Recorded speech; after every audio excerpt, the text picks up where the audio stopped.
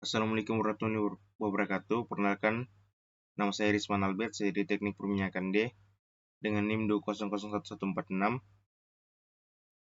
Di sini saya akan memaparkan materi paper yang saya ambil dengan judul Impedance Spectroscopy of Petroleum Fluids at Low Frequency. Keuntungan mempertimbangkan frekuensi yang lebih kecil adalah bahwa lebih banyak informasi tentang konduktivitas listrik sampel dapat diambil. Datanya adalah dianalisis dalam formalisme impedansi kompleks. Dengan meningkatnya frekuensi, sistem bergeser dari sangat konduktif di bawah 10 Hz hingga isolasi tinggi di atas 105 Hz. Dengan demikian, relaksasi dielektrik frekuensi rendah adalah sederhana dan alat yang mampu untuk memprediksi masalah terkait asphaltene di lapangan.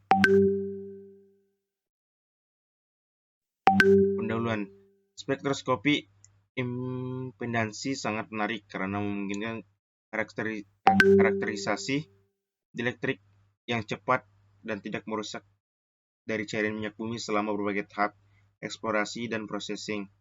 Tergantung pada rentang frekuensi kompleks perilaku listrik, asphaltenes dapat dihasilkan dari dipolar mereka dipolar. Dipolar komponen biasanya dikaitkan dengan orientasi permanen dipol dan dapat dijelaskan oleh kole-kole. Penulis yang sama mengklaim bahwa dalam sistem seperti itu dipol terukur sebagian besar dipol terinduksi dan bahwa konduktivitas listrik mungkin berasal dari pertukaran muatan cepat antara agregat aspal. Mekanisme ini juga dikenal sebagai polarisasi antarmuka Maxwell-Wagner. Proses relaksasi dikaitkan dengan orientasi dipol polarisasi dan dijelaskan oleh formalisme kole-kole. Puncak pertama terkait dalam relaksasi partikel besar dan kompleks, sementara puncak kedua adalah karena relaksasi makromolekul komponen aspal dan resin.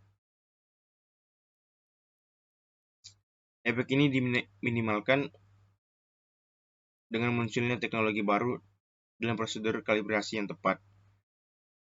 Tidak ada spektrum relaksi dielektrik dari cairan minyak bumi ini tersedia di bawah 103 AZ. Untuk mempertimbangkan frekuensi kecil adalah lebih baik informasi tentang konduktivitas listrik sampel dan dapat diekstraksi. Pada gambar yang pertama, plot bode mewakili variasi absolut impedansi dan sudut fasa dengan frekuensi untuk asphaltenes dan maltena.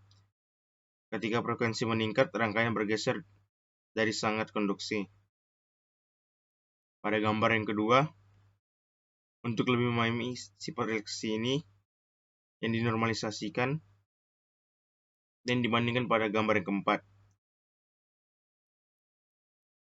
Asphaltene dalam tolina fakta bahwa Z dan M tumpang tindih dalamnya. Wilayah frekuensi di mana tan relatif lebih kecil dan kuat, indikasi bahwa konduksi adalah proses yang dominan. Peningkatan nilai tan pada frekuensi yang lebih rendah. Pada gambar yang ketiga adalah manifestasi dalam frekuensi kritis, yaitu 105 Hz, yang mewakili awal wilayah transisi pada gambar yang pertama. Ini frekuensi kritis juga mewakili frekuensi di mana AC mencapai hampir nilai dataran tinggi.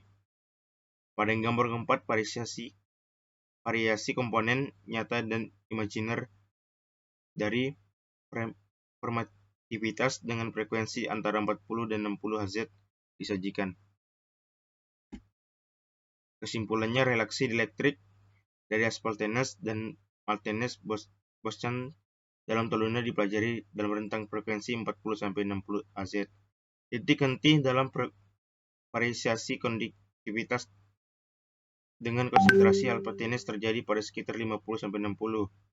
Asphaltenes dalam tolune yang sesuai dengan permulaan agresi asphaltenes, frekuensi rendah pengukuran juga dapat menghasilkan respons sensor yang sensitif terhadap interaksi antara asphaltenes dan surfaktan biasanya digunakan dalam banjir kimia. Itulah materi yang saya dapat paparkan pada hari ini. Sekian dan terima kasih.